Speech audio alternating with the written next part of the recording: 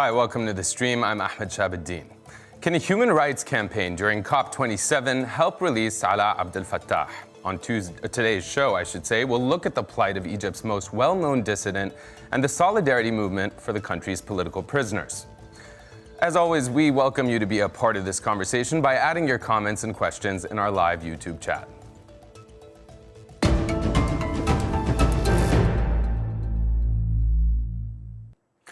The British-Egyptian pro-democracy activist Alaa Abd Fattah has spent most of the past decade behind bars. He was a major figure in Egypt's January 25th revolution back in 2011. He has since been charged with violating protest laws and spreading false information. And to protest his imprisonment, he has been on hunger strike for over 200 days. Now, Alaa is one of more than 60,000 political prisoners in Egypt, a figure denied by President Abdel Fattah el-Sisi. With us to talk about all of this in London, Mona Saif, a human rights activist and sister of Alaa. In Brussels, Hussein Bayoumi, Egypt and Libya researcher with Amnesty International. And in Washington, D.C., Alison McManus, research director with the Freedom Initiative. Thank you all for being with us. Mona, I want to start by asking you, this Friday, the 18th, is the last day of COP27. It's also Alaa's 41st birthday. This will be his 9th birthday in prison. I'm wondering how you're feeling today and this week after the culmination of all the events in Sharm el-Sheikh. It's been a roller coaster, really. The past 2 weeks in particular were the hardest in the few months before, since Alaa started his hunger strike in April. The 2 weeks where we had no news of him, he was completely incommunicado, and then he was on water strike, were just a nightmare. But at least we got the note from him yesterday confirming that he has ended his hunger strike. Looking forward to our mothers and sisters' visit on Thursday. And actually, for the first time in 3 years, asking them to come with the intention of celebrating his birthday. So all is giving us a slightly better feeling about at least his mental well-being. So a part of me is relieved, even though we don't know what happened during these 2 weeks and we don't know what has finally brought Alaa to the decision to end his hunger strike.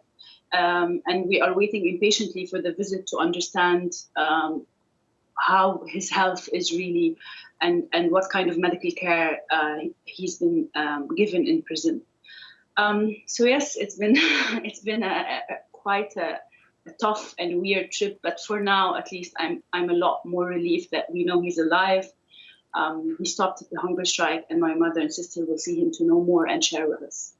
And hopefully that news comes sooner rather than later. I know it's been very difficult for many people trying to follow this case, which is why we're talking about it today. I want to ask you, Alison, looking at what was happening on the ground in Sharm el-Sheikh, if you look at just this photo, for example, this is one of several protests in a certain area that was sort of made to allow for protests to happen there. They said, you know, there can be no climate justice without human rights. We've seen a lot of solidarity pouring in from around the world. Do you think enough is being done? Are you optimistic? And do you think there's been enough international pressure, specifically from governments that are close to Egypt, like the UK and the US? Yeah, thanks so much, Ahmed. It's a great question. I mean, as Mona said, it's been a roller coaster. I mean, obviously for Alaa's family, but for all of us who work in the human rights movement, on the one hand, we've seen absolutely unprecedented mobilization, unprecedented solidarity that's come from climate justice advocates, from activists like Greta Thunberg, from influencers, celebrities. Literally all over the world, folks have been showing up wearing white, posting messages of solidarity. Literally all eyes have been on Egypt, except when it comes to the world leaders who we really hope are hearing the message. I mean, not just the message when it comes to centering human rights in foreign policy, but a message from their own constituents. I mean, I was in Portsmouth, New Hampshire wearing white, calling on Joe Biden to say the names of Alaa, to say the names of Ahmed Amasha and so many others. And unfortunately, we were quite disappointed and I dare say even betrayed that those messages weren't delivered more forcefully when they had the platform to do so. And I appreciate you making that point. And Mona, I saw you were nodding as Alison was talking. Hussein, I'll come to you in a moment. But Mona, Why were you nodding? And also, I want to ask you specifically on the point of the new Prime Minister Rishi Sunak. Days before arriving to Egypt for COP, he told your sister in a letter that he would do everything to release Alaa. And then we saw him dodging the questions. And as we heard from Alison, a lot of people saying not enough is being done. Do you think enough's being done? Why were you nodding there? I was nodding because honestly, I feel overwhelmed with the solidarity we've been getting from all over the world. And I feel like everyone is doing more than enough except the governments. Human rights defenders, supporters, people, NGOs, activists, even celebrities, journalists, writers, everyone is doing an amazing job of making the world know and hear more about not just Alaa, but about the tens of thousands of political prisoners in Egyptian prisons. But the governments are failing us miserably. So far, what we have seen, even though more than one of the world leaders, Scholz of Germany and Biden and Macron, and of course Rishi Sunak from UK, all of them mentioned Alaa by name. But all we have seen, whether about Alaa or about other political prisoners, is that the governments talk, but they do not couple their talk with serious action to support their claim and to make sure human rights is a priority. It's not just a point in a checklist to check out. As for Rishi Sunak, I was particularly disappointed because while he promised to do everything to secure Alaa's release, he actually went to Sharm el-Sheikh and returned to UK at a point where we didn't even know if Alaa was alive. And he didn't even manage to secure us a proof of life or secure consular access to him. So not only didn't he deliver on his promise, he failed miserably to provide the minimum. Right, and you know, the way you phrase it there, very critical. A lot of people echoing those criticisms. Hussein, I want to share with you someone who's of Egyptian origin from Australia who sent us this comment. Take a listen to what Nadine Madkour had to say. I think what the Free Alaa campaign has exposed to many of us is that we can no longer depend on leaders from the West to be the arbiters and the upholders of human rights in the international community. You know, we have the United States providing $1.3 billion in military aid to Egypt every single year. And yet simultaneously on the other side, we have President Sisi boasting about building the largest prison complex in Egypt's modern history, referring here to Wadi Notroun, which was modeled on American-style prisons, and where Alaa Abd Fattah and potentially other 60,000 political prisoners are being held. You know, of course, the focus now is on freeing Alaa, ensuring that his family are able to visit him, to communicate with him, and that he's not longer being tortured by the authorities. But I think broadly we need to start asking, who is funding all this? Hussein, last year Egypt launched, I believe it was called the National Human Rights Strategy. Amnesty, of course, called this a shiny cover-up to obfuscate, to distract, to deceive the international community. Is it working? I mean, you heard Mona kind of take the Prime Minister to task for not doing anything. Why would that be happening, in your opinion? Well, I mean, it's happening for the very simple reasons that politics are, to a large degree, about, like narrow interests of politicians. So from what we have seen so far, that when we saw coordinated public pressure on the Egyptian authorities last year, when we saw a joint statement at the United Nations Human Rights Council from 33 countries, we saw that the Egyptian authorities were very quick to react to that. They have taken a number of limited measures, including the release of a number of political prisoners, lifting the state of emergency.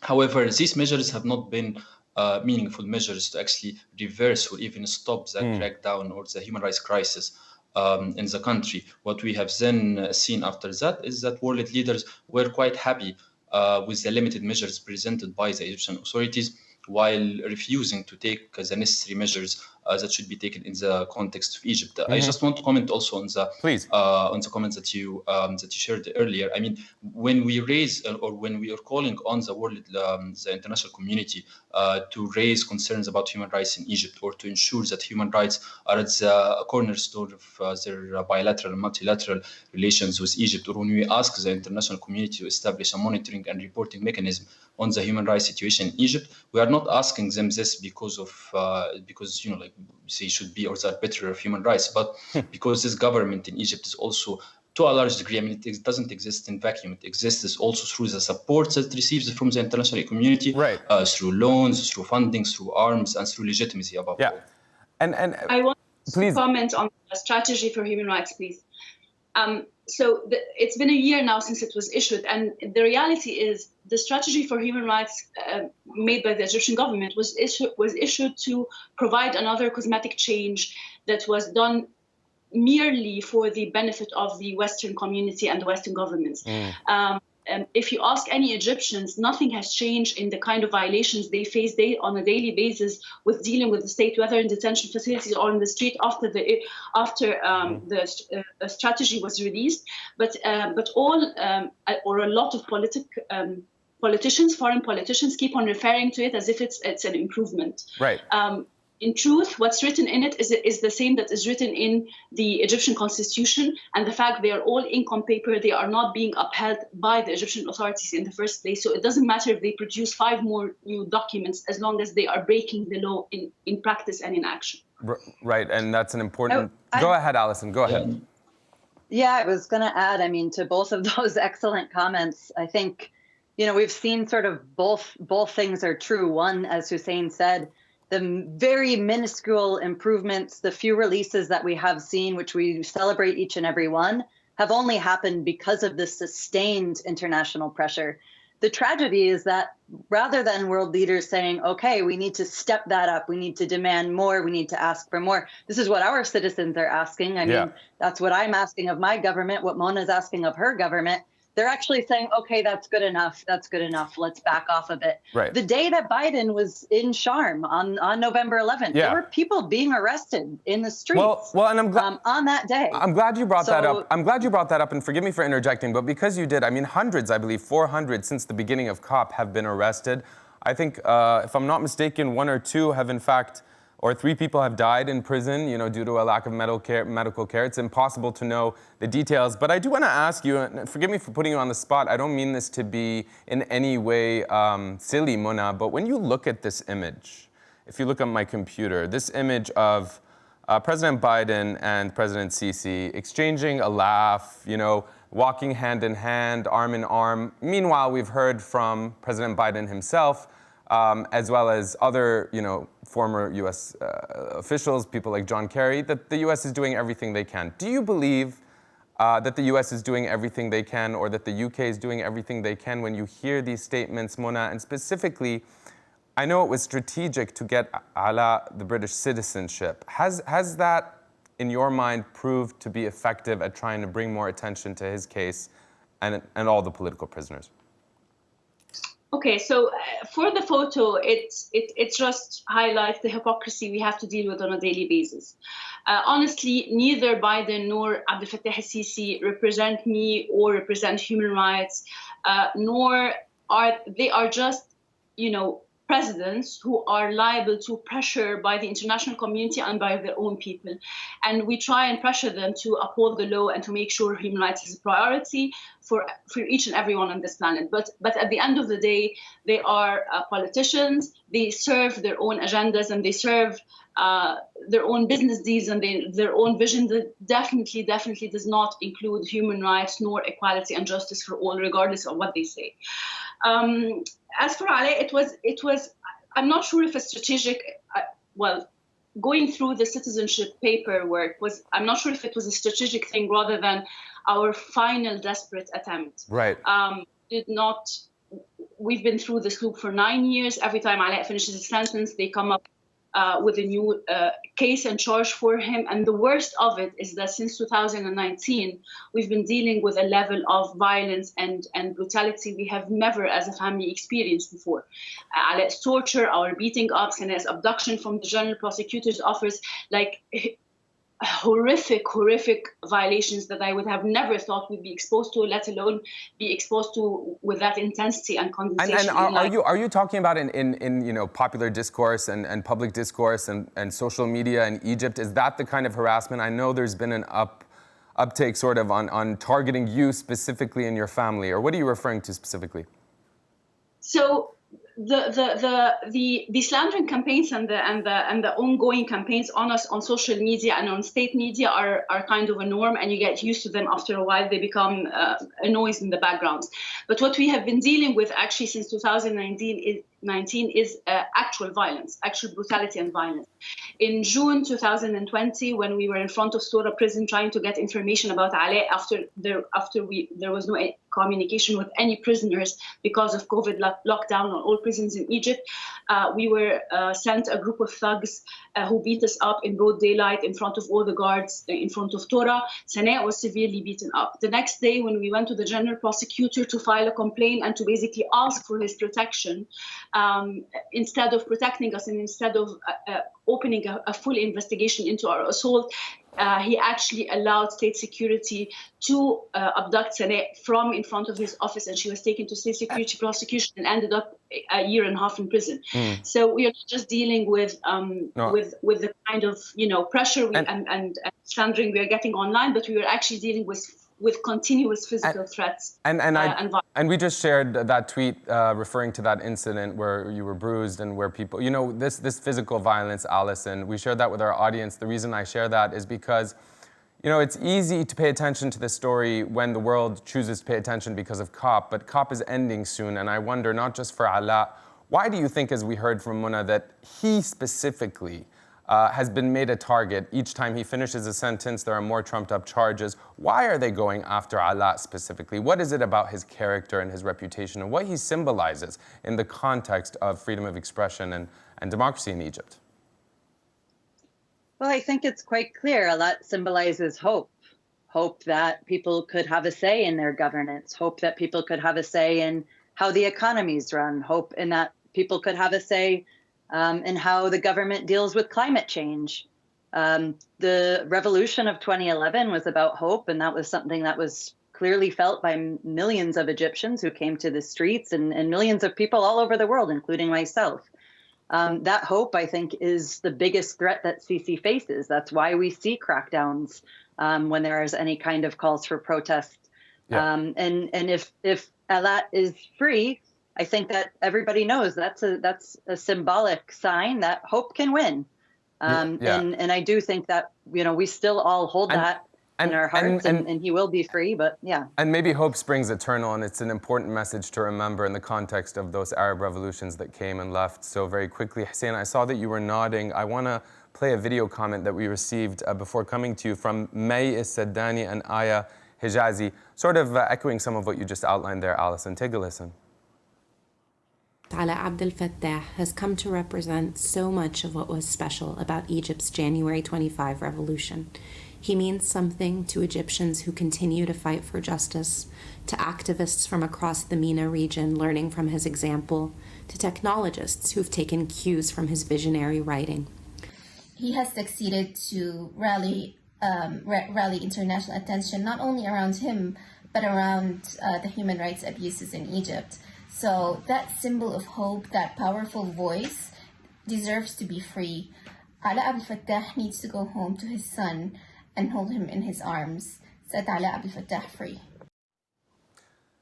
Hussein, when you hear that and knowing things like still Khalid Ali, his lawyer, Alaa's lawyer, making 3 unsuccessful attempts recently to try to visit his client in prison, and he had gained permission to do so from Egypt's public prosecutor, which is what's so strange. This complete lack of adherence to any sort of rule of law, no accountability. Do you expect that once COP is over, once the world stops focusing on this for as much as they are, that it'll be, more of the same in Sisi's Egypt? Are there any indications that there might be pressure, whether externally or from whomever?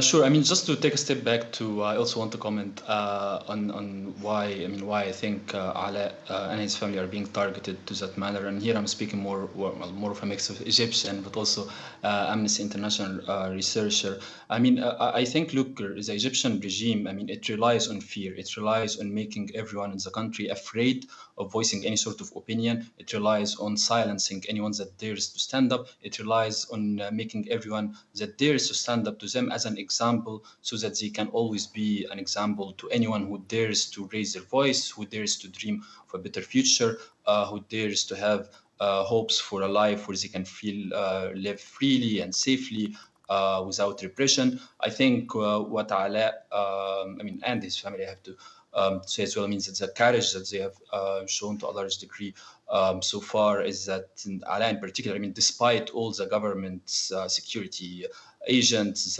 tortures, prisons, all of these tools and all of these methods, they have not managed to break his spirit. And I think to a large degree, this is also what is very scary to a government like that of President Abdel Fattah el-Sisi.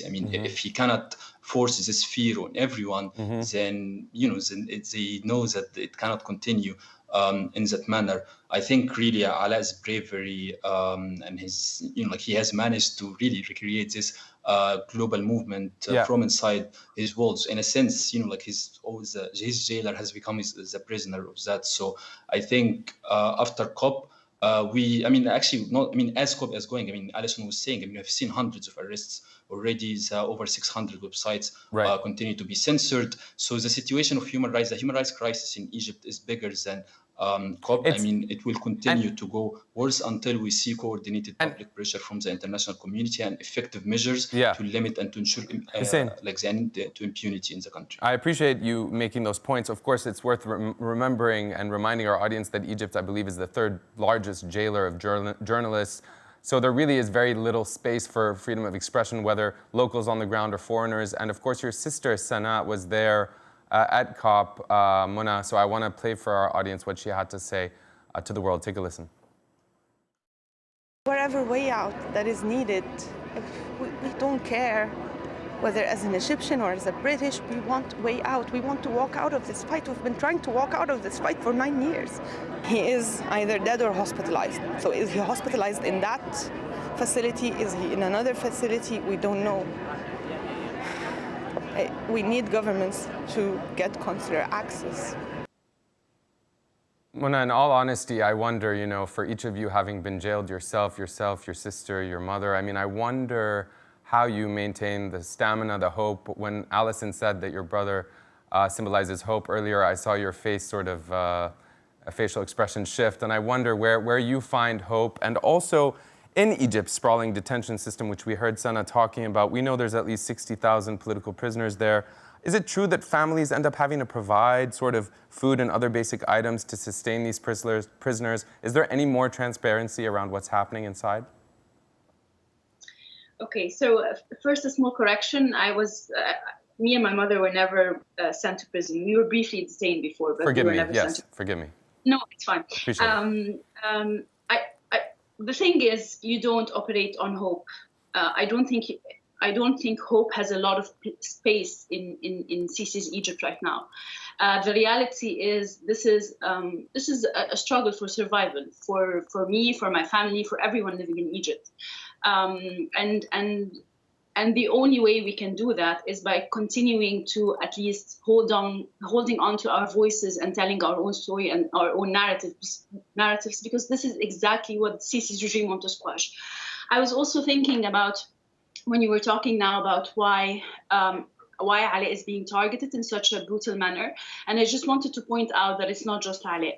There are a lot of political prisoners whose Sisi's regime is adamant about keeping them in prison, and I think the main reason behind this is they are obsessed with breaking them, and they cannot fathom how do they still maintain parts of their soul intact despite years of imprisonment. And I think this is really one of the motivations behind how this regime and how the security apparatus behave. They are intent on breaking people, and they don't understand people holding on to bits of their dignity and bits of their soul against all of this brutality and violence. And I want to thank you for speaking so bravely, so candidly, and for all of you joining us today. I do want to leave our audience with this tweet that I found quite inspired. Mohammed Sultan posted this to Twitter saying, this is a picture of him and his father, saying, "For prisoners, birthdays are painful reminders of the years that oppression has robbed them of." And he's turning 35 today, wishing, of course, that for his dad and Alaa to be released. This is a story that we're going to continue to cover here, of course, at the stream. I want to thank you, Alison, Hussein, and Mona for being with us Follow us at stream.aljazeera.com online.